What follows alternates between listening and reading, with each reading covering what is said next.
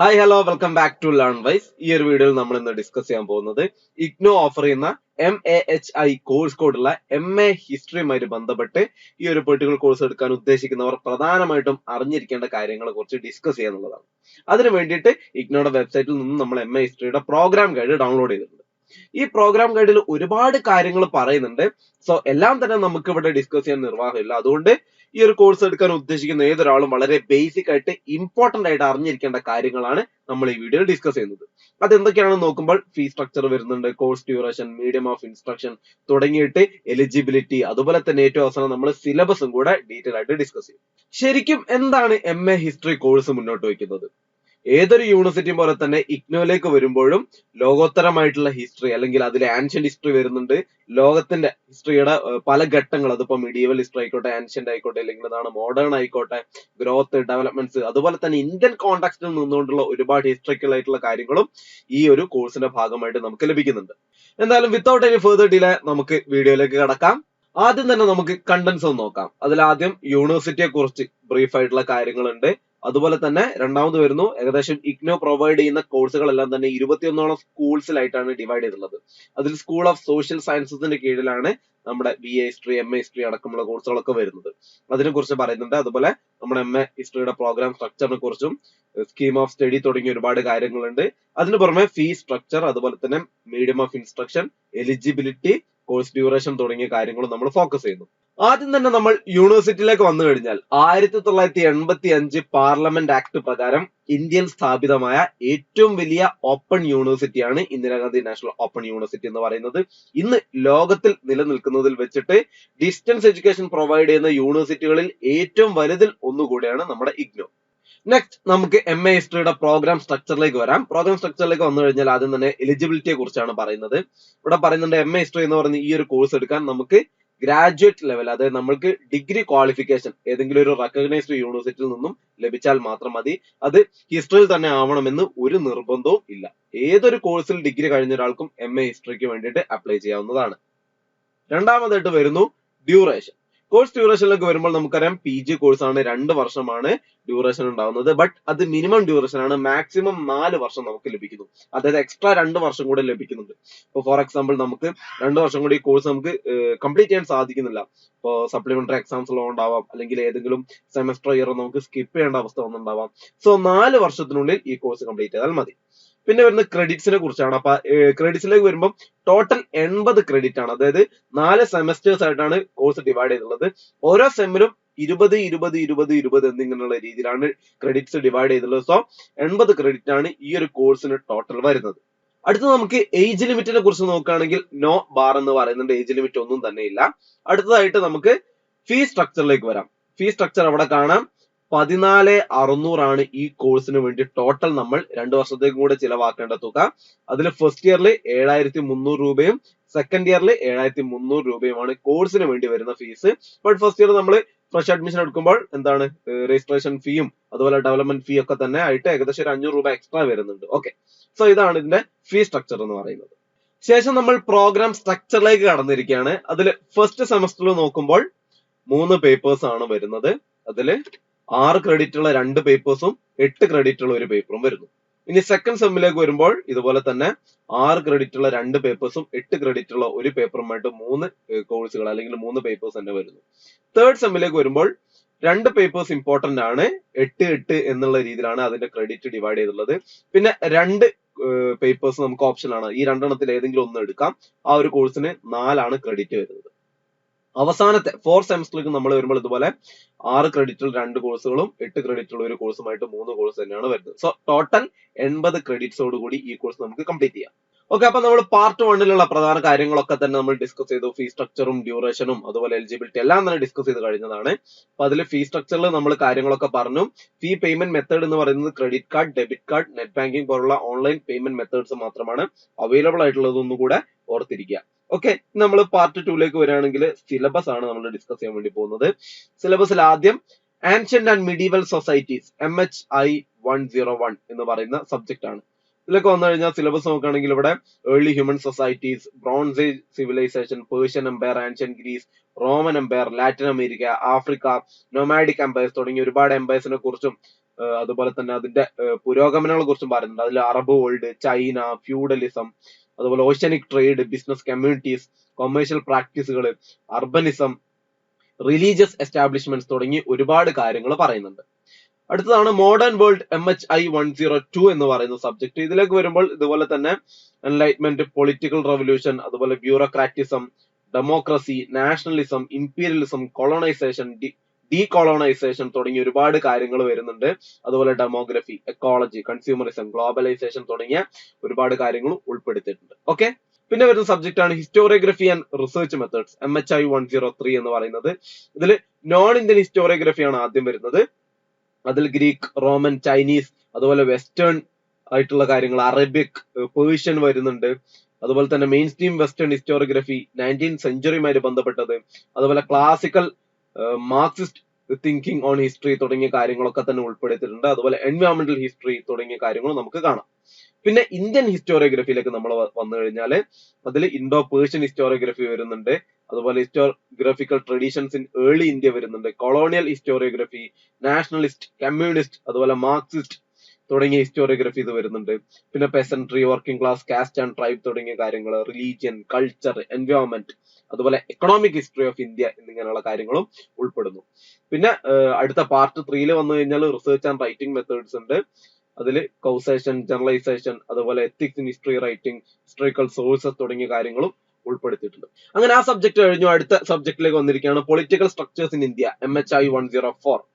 ഇതിലേക്ക് വന്നു കഴിഞ്ഞാൽ ഏർലി സ്റ്റേറ്റ് ഫോർമേഷൻ പറയുന്നുണ്ട്. ഒരുപാട് കാലഘട്ടങ്ങളെ ഫോക്കസ് ചെയ്തുകൊണ്ടാണ് പോണത്. പിന്നെ സ്റ്റേറ്റ്സ് ഇൻ ഇന്ത്യ, അത് 7th to 13th സെഞ്ചുറി വരെ ഉള്ളത്. അതുപോലെ സ്റ്റേറ്റ്സ് ഇൻ ഇന്ത്യ 1300 മുതൽ 1800 CE ഇടയിലുള്ളത്. അതുപോലെ 18th century states, European companies, colonisation and empire, administrative and institutional structures ഒരുപാടുണ്ട്. അതിൽ ലോ, ജുഡീഷ്യൽ സിസ്റ്റംസ് ഒക്കെ വരുന്നു. പിന്നെ അഡ്മിനിസ്ട്രേറ്റീവ് ആൻഡ് ഇൻസ്റ്റിറ്റ്യൂഷണൽ സ്ട്രക്ചേഴ്സിൽ തന്നെ ഡൽഹി സുൽത്താനേറ്റ്, മുഗൾ എംപയർ, വിജയനഗര, ബഹമാനി, അതുപോലെ മറ്റൊരുപാട് കിങ്ഡംസിനെ കുറിച്ചും പറയുന്നു. പിന്നെ കൊളോണിയലിസം ആൻഡ് എംപയർ, അതിൽ നമുക്കറിയാം ഒരുപാട് കാര്യങ്ങൾ കൊളോണിയലിസവുമായി ബന്ധപ്പെട്ട്. ഇത്രയും കാര്യങ്ങളാണ് ആ സബ്ജക്റ്റിൽ ഉൾപ്പെട്ടിട്ടുള്ളത്. അടുത്തതാണ് history of Indian economy 1 from earliest time to C 1700 കാലഘട്ടം വരെ. MHI 105 ആണ് കോഴ്സ് കോഡ് വരുന്നത്. സിലബസ് നോക്കുകയാണെങ്കിൽ ഹിസ്റ്റോറിയോഗ്രഫി, എൻവയോൺമെന്റ് ആൻഡ് എക്കണോമി വരുന്നുണ്ട്. Emergence of early economic structures ഒരുപാടുണ്ടല്ലോ, അതിൽ അമ്പലങ്ങളും കാര്യങ്ങളൊക്കെ തന്നെ നമുക്ക് ഉൾപ്പെടുത്താം. കോംപ്ലക്സ് എക്കണോമിക് സ്ട്രക്ചേഴ്സ് ഉണ്ട്. അതുപോലെ early medieval economy and its continuities വരുന്നു. പിന്നെ മിഡീവൽ എക്കണോമി ഏകദേശം 1300 മുതൽ 1700 CE വരെയുള്ള കാലഘട്ടം. ട്രേഡ്, ടെക്നോളജി ആൻഡ് അർബനൈസേഷൻ, ഇതുപോലെ 1300 മുതൽ 1700 ഇടയിൽ കിടക്കുന്ന കാലഘട്ടമാണ് ഫോളോ ചെയ്യുന്നത്. പിന്നെ വുമൺ ആൻഡ് എക്കണോമി തുടങ്ങിയ കാര്യങ്ങൾ, ഇതൊക്കെ തന്നെ ഈ പെർട്ടിക്കുലർ ഇയേഴ്സിനിടയിലുള്ളതാണ് ഫോക്കസ് ചെയ്യുന്നത്. അടുത്ത subject evolution of social structures in India through the ages, MH1 106 എന്നാണ് സബ്ജക്റ്റിന്റെ പേര്. അതിൽ ഇൻട്രൊഡക്ഷൻ വരുന്നുണ്ട്. കൾച്ചേഴ്സ് ഇൻ ട്രാൻസിഷൻസ് വരുന്നുണ്ട്. അതിൽ അയൺ ഏജ് കൾച്ചേഴ്സ് തുടങ്ങിയ കാര്യങ്ങൾ വരുന്നുണ്ട്. വേദിക് ലിറ്ററേച്ചറുമായിട്ട് ബന്ധപ്പെട്ട കാര്യങ്ങൾ, ബുദ്ധിസം, ജൈനിസം തുടങ്ങിയ കാര്യങ്ങളും ഉൾപ്പെടുന്നു. പിന്നെ ഏർലി ഹിസ്റ്റോറിക് സൊസൈറ്റീസ് ഉണ്ട്. അതിൽ 16th century BC to 4th century CE വരെയുള്ള ഒരുപാട് കാര്യങ്ങൾ, അർബൻ ക്ലാസസ്, അതുപോലെ ചൈത്യാസ്, വിഹാരാസ്, അതുപോലെ early Tamil society, marriage and family life തുടങ്ങിയ കാര്യങ്ങൾ, അൺടച്ചബിലിറ്റി, സതി, വർണ്ണ തുടങ്ങിയ കാര്യങ്ങളൊക്കെ വരുന്നു. പിന്നെ ഏർലി മിഡിവൽ സൊസൈറ്റീസ് വരുന്നുണ്ട്. മിഡിവൽ സൊസൈറ്റീന്റെ തന്നെ 2 പാർട്ടായിട്ട് ഡിവൈഡ് ചെയ്തിട്ടുണ്ട്. അതിൽ വില്ലേജ് കമ്മ്യൂണിറ്റി വരുന്നുണ്ട്, ക്ലാൻ, അതുപോലെ റൂറൽ സൊസൈറ്റിയുമായിട്ട് ബന്ധപ്പെട്ട കൂടുതൽ കാര്യങ്ങൾ, urban society, socio religious movements തുടങ്ങിയ കാര്യങ്ങൾ, പിന്നെ മോഡേൺ സൊസൈറ്റിയുമായിട്ട് ബന്ധപ്പെട്ട കാര്യങ്ങൾ, അതുപോലെ സോഷ്യൽ ക്വസ്റ്റ്യൻസ് അണ്ടർ കോളോണിയലിസം, അതുമായിട്ട് ബന്ധപ്പെട്ട ഒരുപാട് ഡിസ്ക്രിമിനേഷൻസ് ആയിക്കോട്ടെ, കൊളോണിയലിസത്തിന്റെ മുന്നോട്ടുള്ള കാര്യങ്ങളായിക്കോട്ടെ, ട്രൈബ്സിനെ കുറിച്ചുള്ള പഠനമായിക്കോട്ടെ, നോർത്ത് ഇന്ത്യയിലുള്ള സ്ട്രക്ചേഴ്സ്, സൗത്ത് ഇന്ത്യയിലുള്ള രീതികളൊക്കെ തന്നെ വരുന്നു. പിന്നെ ഹിസ്റ്ററി ഓഫ് ഇന്ത്യൻ എക്കണോമി 2 എന്ന് പറയുന്ന സബ്ജക്ട് ഏകദേശം C 1700 മുതൽ 2000 വരെ ഉള്ളതാണ്. MHI 107 ആണ് കോഴ്സ് കോഡ്. അതിൽ ഹിസ്റ്റോറിയോഗ്രഫി ആൻഡ് എക്കോണമി എന്ന് പറയുന്ന ഒരു പാർട്ട് വരുന്നുണ്ട്. ട്രേഡ്, മാർക്കറ്റ് തുടങ്ങിയ കാര്യങ്ങൾ വരുന്നുണ്ട്. റൂറൽ എക്കണോമീസിനെ കുറിച്ച്, colonial economy, forest and commons തുടങ്ങിയ കാര്യങ്ങൾ, അതുപോലെ ഡെമോഗ്രഫി ആൻഡ് എക്കോണമി, ഓക്കെ, പോപ്പുലേഷനുമായിട്ട് ബന്ധപ്പെട്ടുകൊണ്ട് എക്കണോമിയുടെ വളർച്ച, അതുപോലെ തളർച്ച തുടങ്ങിയ കാര്യങ്ങൾ, craft production, technological change in industrialisation, അതുപോലെ economy of post independence India, പിന്നെ ലിബറലൈസേഷൻ, ഗ്ലോബലൈസേഷൻ തുടങ്ങിയ കാര്യങ്ങളും വരുന്നു. അടുത്ത സബ്ജക്ട് ആണ് എൻവയോൺമെന്റൽ history of the subcontinent, MHI 108 എന്ന് പറയുന്നത്. ഇത് നോക്കുകയാണെങ്കിൽ റൈറ്റിംഗ് എൻവയോൺമെന്റൽ ഹിസ്റ്ററി, അതിൽ നേച്ചർ ഓഫ് വുമൺ, അതുപോലെ വെറൈറ്റി ഓഫ് സോഴ്സുകൾ ഇതിൽ ഉൾപ്പെടുന്നുണ്ട്. ആർക്കൈവൽ, ആർക്കിയോളജിക്കൽ, മെറ്റീരിയൽ, കൾച്ചർ ഒക്കെ തന്നെ ഉൾപ്പെടുത്തിക്കൊണ്ടാണ്. അതുപോലെ ഇന്റർ ഡിസിപ്ലിനറി അപ്രോച്ചസും അതിനെക്കുറിച്ച് പഠിക്കുന്നു. പിന്നെ പാലിയോ എൻവയോൺമെന്റ്സ് വരുന്നുണ്ട്, മൺസൂൺ എക്കോളജീസ്, അതുപോലെ agro pastoral regimes, agrarian regimes under colonial rule, അതുപോലെ global connections, control and conservation of nature, waterscapes, urban spaces, provincialising and Anthropocene തുടങ്ങിയ കാര്യങ്ങളൊക്കെയാണ് അതിൽ പ്രധാനമായിട്ടും ഉൾപ്പെട്ടിട്ടുള്ള പ്രധാനപ്പെട്ട തീംസ് എന്ന് പറയുന്നത്. അതിനകത്ത് ഒരുപാട് കാര്യങ്ങൾ നമുക്ക് പഠിക്കാനുണ്ടാവും. പിന്നെ ഇന്ത്യൻ നാഷണൽ മൂവ്മെന്റ് MH1109 എന്ന് പറയുന്നത്, ഇന്ത്യൻ നാഷണൽ മൂവ്മെന്റ്സിൽ നാഷൻ എന്താണ്, നാഷണലിസം എന്താണ്, അതുപോലെ ആന്റി കൊളോണിയൽ മൂവ്മെന്റ്സ് 1857 സിപ്പോ വിലാള മുതൽ ഒരുപാട് നാഷണൽ മൂവ്മെന്റ്സ്, അതിൽ വയലന്റ് ആയിട്ടുള്ളതുണ്ട്, അതുപോലെ നോൺ വയലന്റ് മൂവ്മെന്റ്സ് ഉണ്ട്. ഒരുപാട് കാര്യങ്ങൾ ഇതിൽ ഉൾപ്പെടുത്തിയിട്ടുണ്ട്. ഗാന്ധിജി കൊണ്ടുവന്ന ഒരുപാട് മൂവ്മെന്റ്സ്, അതുപോലെ തന്നെ കോൺഗ്രസ് കൊണ്ടുവന്ന മൂവ്മെന്റ്സ്, മറ്റ് പാർട്ടീസ് കൊണ്ടുവന്ന മൂവ്മെന്റ്സ്, റവല്യൂഷൻസ് തുടങ്ങിയ കാര്യങ്ങളൊക്കെ വരുന്നുണ്ട്. അതിൽ ഖിലാഫത്ത് മൂവ്മെന്റ് അടക്കം നമുക്ക് കാണാൻ സാധിക്കും.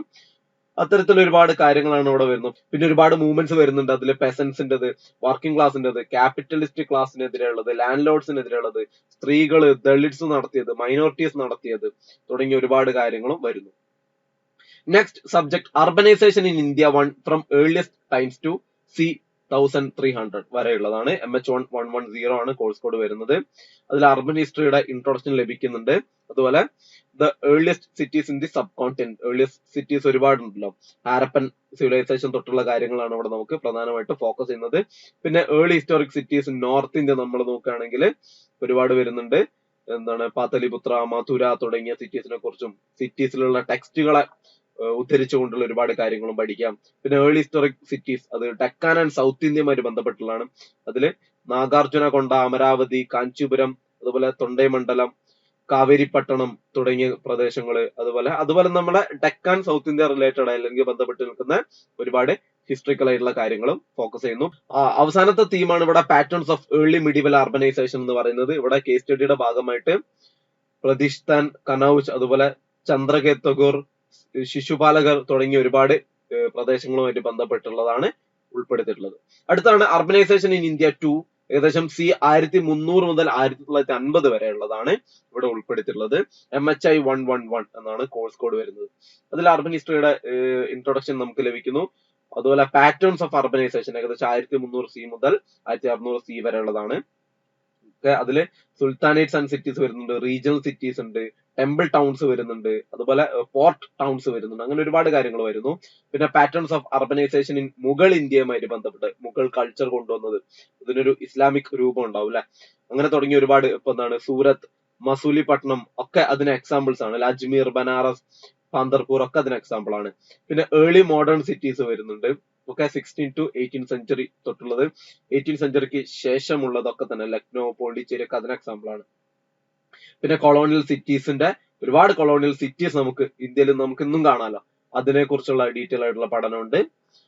ശേഷം വരുന്ന സബ്ജക്ട് ആണ് social and political thought in modern India, MPSE 004 എന്ന് പറയുന്നത്. ഇതിന്റെ സിലബസ് ആണ് നമ്മൾ കണ്ടുകൊണ്ടിരിക്കുന്നത്. അതിൽ എന്താണ്, ഒരുപാട് പൊളിറ്റിക്കൽ തോട്ട്സ്, അതിൽ നമ്മുടെ ഹിന്ദുയിസം, മുസ്ലിം തോട്ടുകള്, അതുപോലെ നാഷണൽ തോട്ടുകള്, ഗാന്ധിജിയുടെ, നെഹ്റുവിന്റെ, അംബേദ്കറിന്റെ, ടാഗോറിന്റെ തോട്ടുകൾ, കമ്മ്യൂണിസ്റ്റ് തോട്ടുകൾ, സോഷ്യലിസ്റ്റ് തോട്ടുകളൊക്കെ തന്നെ വരുന്നു.